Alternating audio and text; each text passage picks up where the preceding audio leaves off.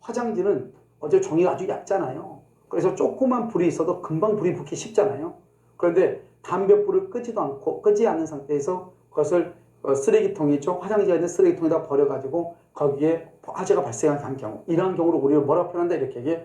보통 요구되는 주의, 보통 요구되는. 그러니까 우리가요 기본적으로 그런 일을 한 사람 없다는 거죠.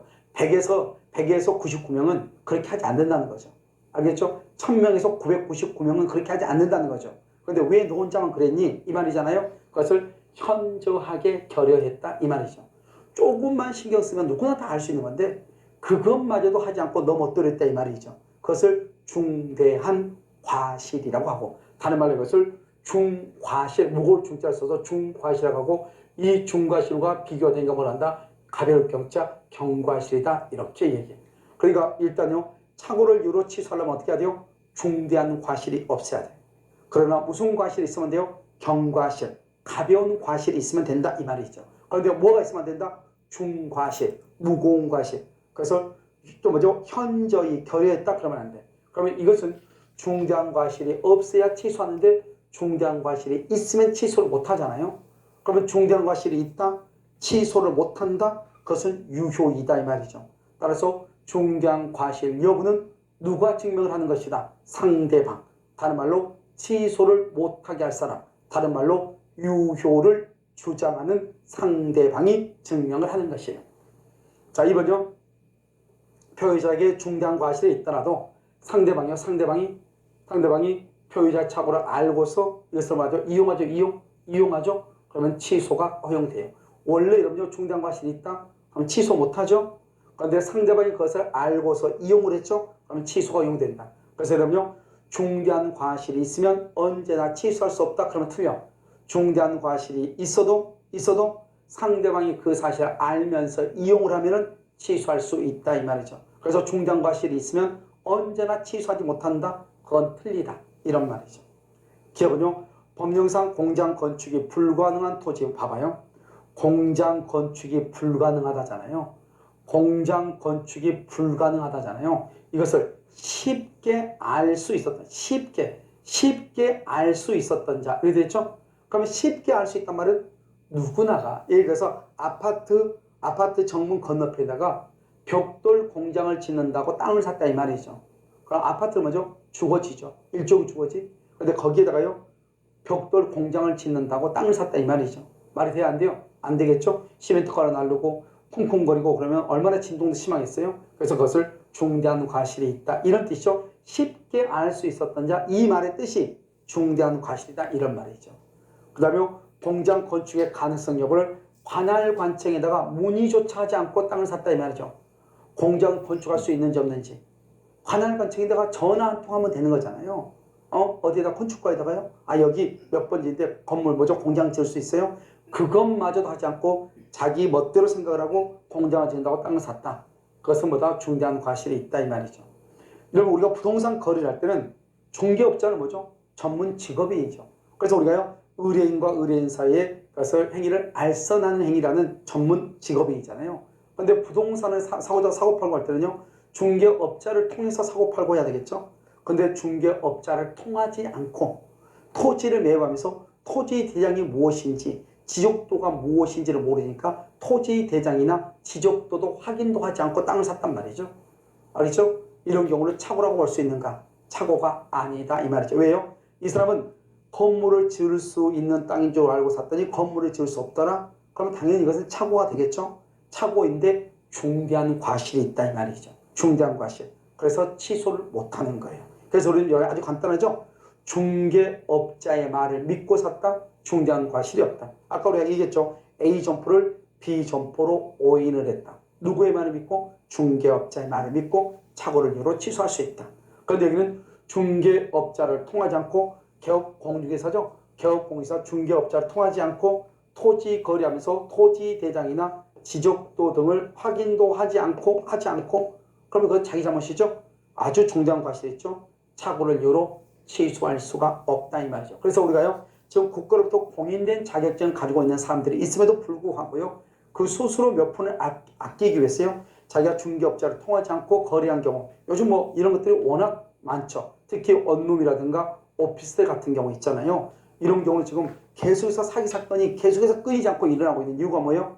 그런 것을 확인해 줄 수 있는 중개업자를 통해서 확인을 받으면 그런 것을 방지할 수 있고, 설령 만약에 그 중개업자가 잘못했다고 할지라도 우리가요 업무 보증이라는 게 있잖아요. 그래서 어떻게 한다? 그럼 보증에 의해 가지고 또 구제를 받을 수도 있는 거잖아요. 알겠죠? 그래서 그런데 일반인요, 우리가 스스로 몇 푼 안 뛰려고요 거래를 하다가 사고가 터지면 우리가 그것을 방어할 방법이 전혀 없고 구제를 받을 수 있는 길이 막막하단 말이죠. 아시겠죠? 그래서 개업 공인중개사, 즉 중개업자를 통하지 않고, 그렇다 해서 토지대장이나 지적도 등도 확인하지 않고 토지를 매입했다, 중대한 과실이 있으므로 취소할 수 없다. 그래서는요, 딱 구분을 어떻게 한다? 중개업자를 통하지 않고. 아시겠죠? 그건 중대한 과실이 있다, 이런 말이죠. 자, 중대한 과실이 없죠? 중대한 과실이 없으면 취소권을 인정하죠? 자, 매매대상 토지 중 20에서 30평 가량만 도로 부지에 편입될 것이라는 중개인이 뭐냐? 이때 중개는 개업공인중개사 중개업자죠. 중개업자의 말을 믿었다 이 말이죠. 그런데 실질적으로는요, 30%에 해당하는 197평, 이런요 우리가 말했죠. 면적이나 지적은 원칙적으로 착오가 아니지만 현저하게 큰 차이가 있을 땐 착오가 된다고 그랬죠. 20평을 기준으로 하면 10배가 되고 30평을 기준해도 6배, 7배 정도 차이가 나는 거잖아요. 그러니까 이것은 착오이고, 그런데 이건 누구의 말을 믿었다? 중개업자의 말을 믿었다. 그러니까 뭐가 없다? 중대한 과실이 없다 이 말이죠. 그래서 면적이 적을 때는 착오가 아니지만 면적의 차이가 너무 클 때는 착오가 된다 이 말이죠. 그래서 착오이면서 중대한 과실이 없다. 중대한 과실이 없다. 중개의 말을 믿었으니까 그러니까 뭐 할 수 있다? 취소할 수 있다. 자, 고려청자죠. 여러분 이 고려청자도 한번 보시면요. 고려청자의 경우 우리가 가격이죠. 시가나 가격은 착오가 아니지만 너무나 크면 착오이죠. 10만원짜리를요. 고려청자 1000만원짜리로 오인하고 돈을 줬다 이 말이죠. 이런 경우 보통요. 매도인도 고려청자가 아니란 것쯤은 알고 있는 거잖아요. 알죠? 그래서 설령 매수인이 자기가 골동품에 대해서 상당한 지식이 있는 것으로 옷이나 과신하고요.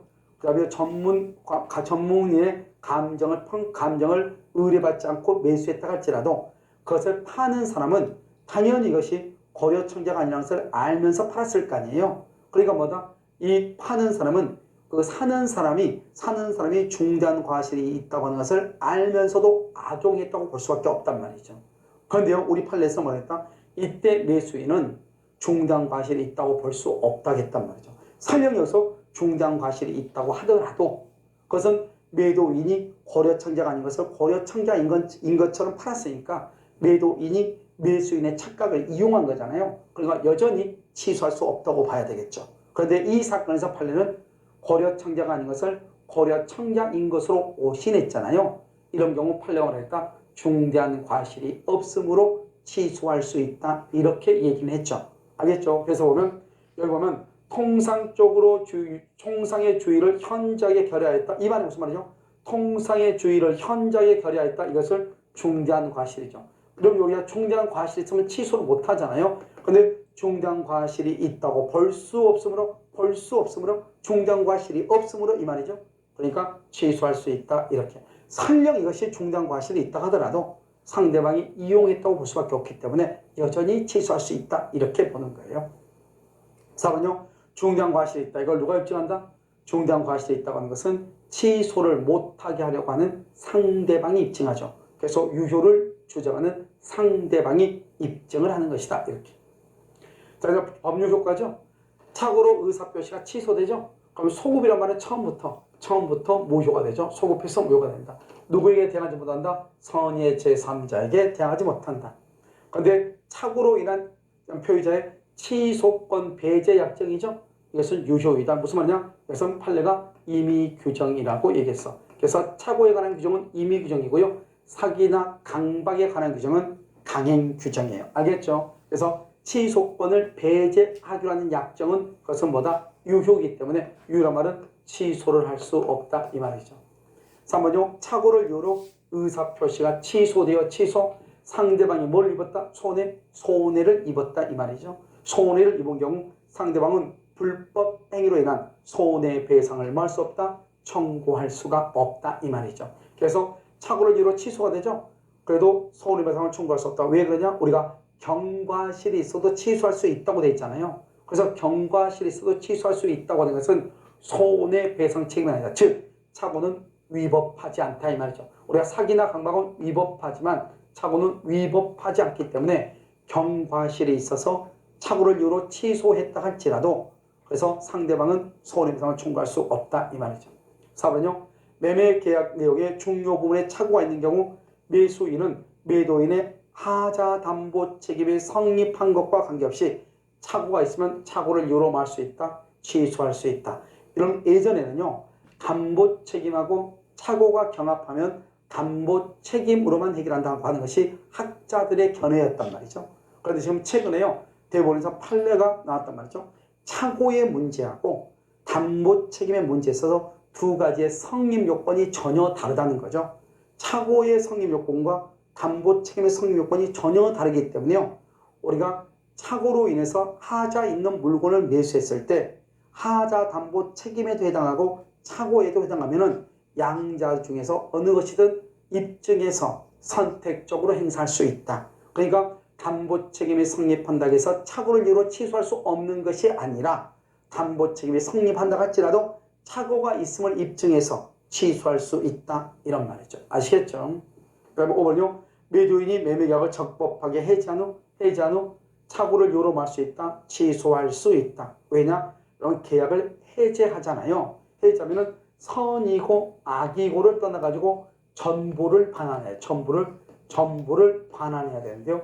우리가 취소를 하잖아요. 그럼 취소하게 되면 부당이득 반환이죠. 부당이득 반환을 하면 선인 경우는 현존이익만 반환하거든요. 현존이익. 그래서 계약의 해제는 원상회복이잖아요.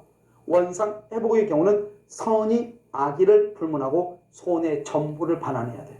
그런데 취소하게 되면 부당이득 반환하잖아요. 부당이득은 선인 경우는 현존이익만 반환하는 거예요. 그러니까 우리가 해제하고 착오 취소 중에서 어디가 더 유리하다? 취소가 더 유리하기 때문에요. 내가 경제적 불이익을 면하기 위해서 해제한 후라도 착오가 있는 것을 발견하면 착오의 요건을 입증해서 착오를 이유로 취소할 수 있다 이 말이죠. 아시겠죠? 그것을 우리는 착오다 이렇게 얘기하는 거죠. 자, 그다음 이제 사기 강박이죠. 사기나 강박을 하자 있는 의사표시라고 얘기하는 거예요. 먼저 사기라고 하는 것은 뭐냐 이런 것이죠. 여러분 이 토지가요. 이 토지가 여기 생기는 토지예요. 여기 생기면 이 땅값이 1억 정도가 된단 말이죠. 그런데 을이 값을 기망을 하죠. 그래서 기망을 해요. 뭐라고 기망해요? 여기는 쓰레기 매립장 생긴다. 쓰레기 매립장. 그럼 쓰레기 매립장 생기면 이거는 얼마에 팔아야 돼요? 5천이라도 빨리 싸게 팔고 도망가야죠. 알겠죠? 그래서 을이 값을요 기망을 하죠. 기망을 해요. 누가요? 을이요. 그럴 때 갑이요 동기에 차고 동기에 차고에 빠지죠. 누가요? 갑이요. 차고에 빠져서 갑이요 의사를 표시해. 나 5천이라도 팔고 싶어 이렇게 의사를 표시해. 그래서 을이요. 을이 값을 기망해서 착각에 빠뜨리려고 하는 1단계 고의가 있고요. 착각에 빠진 갑으로 하여금 싸게 팔도록 의사표시하도록 2단계 고의. 그것을 2단의 고의가 있는 것이 뭐다? 사기라고 얘기를 하는 것이에요. 알겠죠? 그럼 여기서 우리가 또 한 가지 보면 동기의착오죠. 우리가 동기의착오는 착오는 아니죠. 왜요? 동기의착오는 주관적인 요건과 객관적인 요건 두 가지가 다 있어야지 착오죠. 사기죠? 착오죠? 두 가지가 다 있어야 착오. 주관적인 요건과 객관적인 요건. 그런데 사기는 주관적인 요건만 있어도 사기가 돼. 그래서 우리는 동기의착오만 있어도 사기가 될 수 있는 것이에요. 알겠죠? 그 다음에 여러분요, 우리가 하자가 있다는 말의 뜻이 뭐냐? 하자 있다. 하자는 뭐냐면, 여러분 봐봐요. 만약에 이게요, 사기를 당하지 않았으면 이게 얼마짜리죠? 1억짜리죠. 그래서 여기요, 만약에 이렇게 갑이라는 사람이 을하고 계약할 때요, 청약할 때 의사 표시를 하잖아요. 만약에 을이 갑을 사기를 치지 않았으면 이건 여기 생기니까, 아, 나는 1억은 받아야 되겠다. 1억은 받아야 되겠다. 그래서 표시할 때 1억에 살래? 이렇게 얘기하겠죠. 그럼 의사 표시가 일치하죠? 이렇게 일치하면서 하자가 없는 거죠. 자기가 받고 싶은 돈 다 받는 거잖아요. 그런데 을이 지금 기망이 들어왔죠. 쓰레기 매립장이 생긴다. 또는요 공동 묘지가 생긴다. 그러니까 갑이 생각할 때 큰일 났죠. 쓰레기 매립장 사면 누가 이 땅을 사겠어요? 그래서 잽싸게 땅 팔고 도망가야 되겠죠. 큰일 났다. 나 5천이라도 받았으면 좋겠다. 그럼 너 5천에 살래? 이렇게 얘기하죠. 그럼 겉으로 보기는 어떻게 해요? 의사표시가 뭐한다? 일치하죠. 일치하는데 만약에 을의 기망이 없으면 1억으로 일치했을 텐데 을의 기망에 의해서 5천으로 일치를 한 거잖아요. 그러니까 이것을 하자가 있다고 얘기하는 거야. 이것은. 그래서 우리가 사기나 강박은 의사표시는 일치하죠. 일치하니까 일단 의사표시 해석, 법률의 해석은 하지 않아. 의사주의 표시지 그건 필요 없어. 의사표시가 일치하니까. 법률행위 해석은 의사와 표시가 일치하지 않을 때 하는 거란 말이죠. 그럼 일단 이것은 일치하니까 해석은 하지 않는다 이런 말이에요. 무슨 말인지 아시겠죠? 해석은 하지 않아요. 그렇지만 하자가 있는 것이다 이 말. 이것을 이단의 고의다 이렇게. 우리 강박을 볼까요? 강박은요 갑이요 이 땅을 1억을 팔고 싶어요. 그런데 을이 강박을 하죠. 5천만에 팔라고. 그래서 을이요 강박을 하죠. 누구한테요? 갑에게요. 을이 강박하죠. 을이요. 그러면 갑이요 공포심을 갖죠. 공포심. 그래서 갑이요. 그래가지고 갑이요 의사를 표시하죠. 그래서 알았어요. 5천에만 팔게요. 이렇게요. 그래서 을이 갑을 강박해서 갑을 공포에 떨게 만든다. 이것을 1단계 고의라고 얘기하는 것이고요.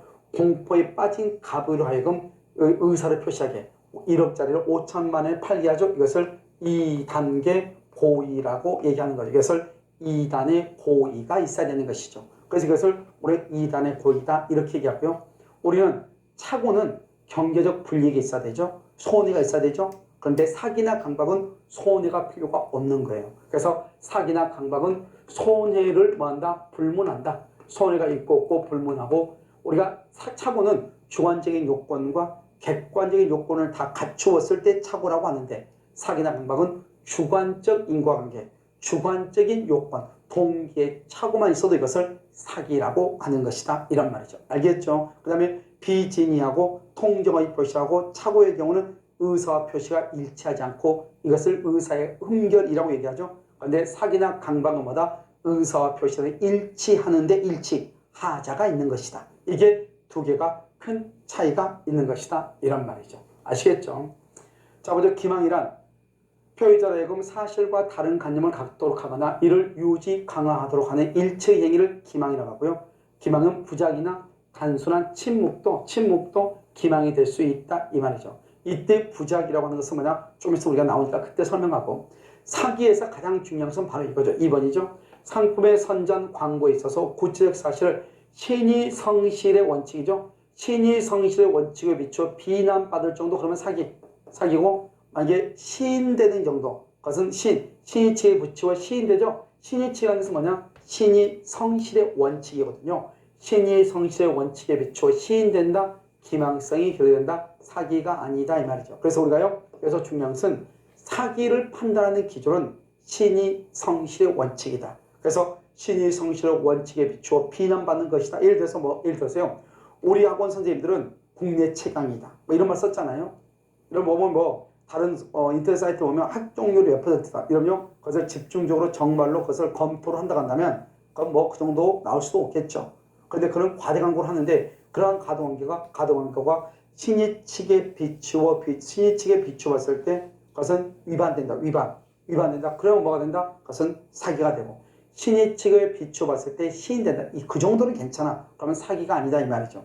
그러면 신의칙이라는 것이 뭐냐? 신의칙이라는 것은 상대방의 이익을 고려해야 된다. 이걸 신의칙이라고 해요. 그러니까 권리를 행사하거나 의무를 이행을 할 때는 상대방의 이익을 고려하라 이 말이죠. 이 말이 무슨 말이냐? 예를 들어서요. 어디에서 수산시장에서요. 퇴직금을 갑이라는 사람이 퇴직금을요 직원한테 주면서 700만 원을 지급을 해야 되는데요. 박스 안에다가요 1,000원짜리로 바꿔놓고 700만 원을 당신이 이것을 세 가지고 가져가라 이렇게 얘기했잖아요. 그러면 그 횟집 주인은 지금 700만 원의 퇴직금을 지급하고 있는 거잖아요. 의무를 이행하고 있는 거잖아요. 그런데 상대방의 이익을 전혀 고려하지 않는 거죠. 왜요? 우리가 보통은 만 원짜리도 있고 5만 원짜리도 있고 수표도 있고 그냥 계좌 입금을 해도 됨에도 불구하고 굳이 1,000원짜리로 갖고 와가지고 그것을 자기가 또 세가지고 이미 그걸 세가지고 주면 되는데요. 그것을 박스 안에 집어넣어놓고 여기에서 700만 원 세가지고 가져가라. 그러면 이 사람은 자신의 의무를 이행을 하지만 이행을 하는 과정에서 상대방의 이익을 전혀 고려하지 않았다 이 말이죠. 이것을 고려의 명제라고 하는 거예요. 고려의 명제를 상대방의 이익을 고려하라. 권리를 행사하거나 의무를 이행을 할 때는 상대방의 이익도 고려해라. 생각 좀 해라. 이 말이죠. 이것을 우리는 신의 성실의 원칙이라고 얘기하는 거예요. 이런 신의 성실의 원칙에 비추어 봤을 때 비난받을 정도다 사기, 시인되는 정도다 사기가 아니다 이런 말이에요. 아시겠죠? 그 다음에 몇 단의 고의가 있어야죠? 2단의 고의. 기망으로 인해서 동기의 착오에 빠지려고 하는 고의와 착오에 빠진 자로 하여금 의사표시를 하게 하려는 고의. 그러니까 만약에 갑이요 을을 기망했는데요. 그러면 을이 착오에 빠졌는데 옆에